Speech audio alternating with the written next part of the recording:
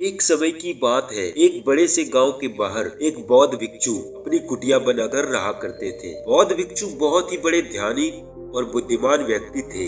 हर रोज जब वो उस गांव में भिक्षा मांगने जाते थे तो अक्सर कोई न कोई उनसे अपनी समस्या का समाधान पूछता था और बौद्ध भिक्षु भी बहुत ही आसानी और बुद्धिमानी के साथ लोगों को उनकी समस्या का समाधान समझा देते थे।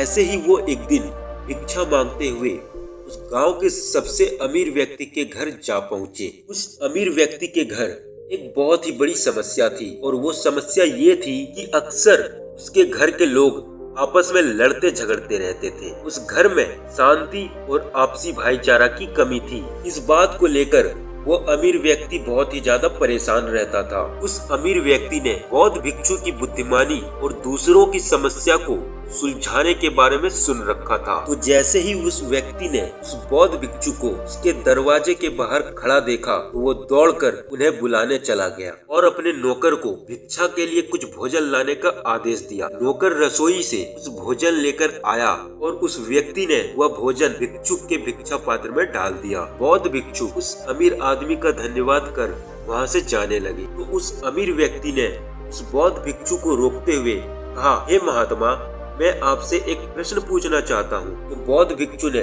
मुस्कुराते हुए कहा, पूछो, क्या है तुम्हारा प्रश्न? तो उस अमीर व्यक्ति ने पूछा, मैं जानना चाहता हूँ कि लोग आपस में झगड़ा क्यों करते हैं। यह सुनकर बौद्ध भिक्षु थोड़ी देर मौन रहे और फिर ऊंची आवाज में चिल्लाते हुए बोले, मैं तुम्हारे यहाँ भिक्षा लेने आया था, न कि तुम्हारे फालतू के प्रश्नों का उत्तर देने। भिक्षुक के मुंह से ऐसी बात सुनकर उस अमीर आदमी के क्रोध का ठिकाना न रहा। उसने खुद पर नियंत्रण खो दिया और उस भिक्षुक पर जोर जोर से चिल्लाकर भला बुरा कहने लगा। उसने कहा, कैसे स्वार्थी व्यक्ति हो, मैंने तुम्हें खाने के लिए भोजन दिया और तुम मुझसे इस तरह बात कर रहे हो। उस अमीर आदमी ने उस बौद्ध भिक्षु को गुस्से में बहुत सारे अपशब्द कह डाले, लेकिन बौद्ध भिक्षु बिना कुछ कहे शांति से उस अमीर आदमी की सारी बातें सुन रहे थे और वह आदमी चिल्लाता रहा। लेकिन थोड़ी देर बाद जब वह आदमी शांत हो गया तो फिर उस बौद्ध भिक्षु ने मुस्कुराते हुए कहा, हे वत्स, जैसे ही मैंने तुम्हारे साथ बुरा बर्ताव किया तुम्हें क्रोध आ गया और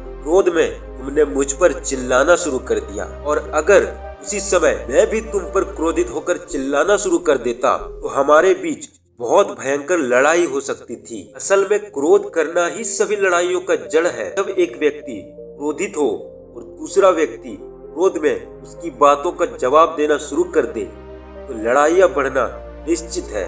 लेकिन अगर दूसरा व्यक्ति उस समय शांत रहे और कुछ समय के लिए मौन धारण कर ले तो बड़े से बड़े व्यक्ति के क्रोध को भी शांत किया जा सकता है और झगड़ा वही खत्म हो जाता है। साधारण शब्दों में कहें, परिवार के सदस्यों का एक दूसरे के प्रति सहनशील होना ही घरेलू झगड़ों को खत्म करने का एकमात्र उपाय है। तो दोस्तों, इस कहानी से हमें ये सीख मिलती है कि चाहे घर में हो या दोस्तों के साथ, हर जगह हमें खुद को स्वीट और शांत रखना चाहिए। और अगर कोई हम पर गुस्सा भी होता है तो जहाँ तक संभव है हमें शांति से उसका उत्तर देना चाहिए, क्योंकि जैसे ही हम शांति खोते हैं उस छोटी से छोटी बात भी झगड़े का कारण बन जाती है।